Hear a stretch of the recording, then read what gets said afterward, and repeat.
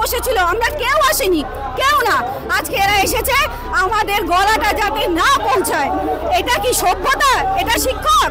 এই সভ্যতায় আমরা আছি? আজকে যারা যে আচরণটা করছে এটা কি যোগ্য?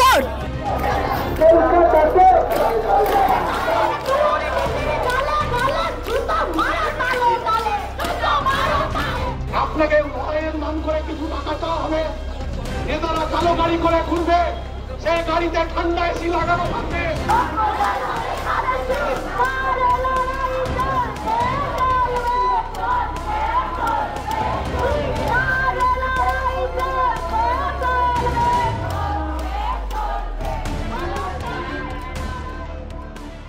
ঝামেলাটা হয়েছে এই কারণেই, কারণ ওনারা তো ওনাদের মাইকটা বাজাচ্ছেন, এবার আমাদের মাইকও চলছে। এবার আমাদের মাইকে আমরা কেউ বক্তব্য বা স্লোগান দিচ্ছি না, গান চালানো হয়েছে।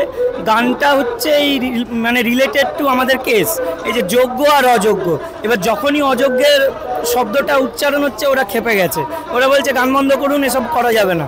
হ্যাঁ, আমরা মাইকিং করছি, তা আমরা তো কারোর বিরুদ্ধে কিছু বলিনি, গান চালিয়েছি।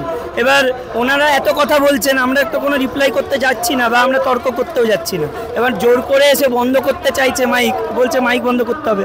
আমার প্রশ্ন, প্রশাসন কোথায়? যে একই জায়গায় দুটো টিম কিভাবে আসে? আর ওরা যদি আগে থেকে থাকতো তাহলে আমরা কি আসতাম না। তাহলে ওরা আমরা থাকা সত্ত্বেও ওদেরকে মানে পারমিট করা হলো কেন বা কিছু বলছে না কেন? আমি বলছি না যে এখনই উঠিয়ে দিই, কিন্তু পুলিশ প্রশাসন তো একটা ব্যবস্থা নেবে, একটা তো আমাদের সাথে কিছু বলবে যে এরকম হয়ে গেছে, কি করা যায় বা কিছু, বা ওনারা এসে মাঝে একটা জায়গায় দাঁড়ান যাতে ঝামেলাটা না হয়। কারণ এইসব সিচুয়েশনে কি হয়ে থাকে যে চেষ্টা করতেই পারে যে কেউ ওখান থেকে একটা কিছু করলো, এপাশ থেকেও একজন কিছু করতে বাধ্য হলো। তাহলে এইরকম সিচুয়েশন হলে তখন পুলিশ প্রশাসন কি বলবে? যে ঝামেলা হচ্ছে, উঠে যাও, সবাইকে উঠিয়ে দাও।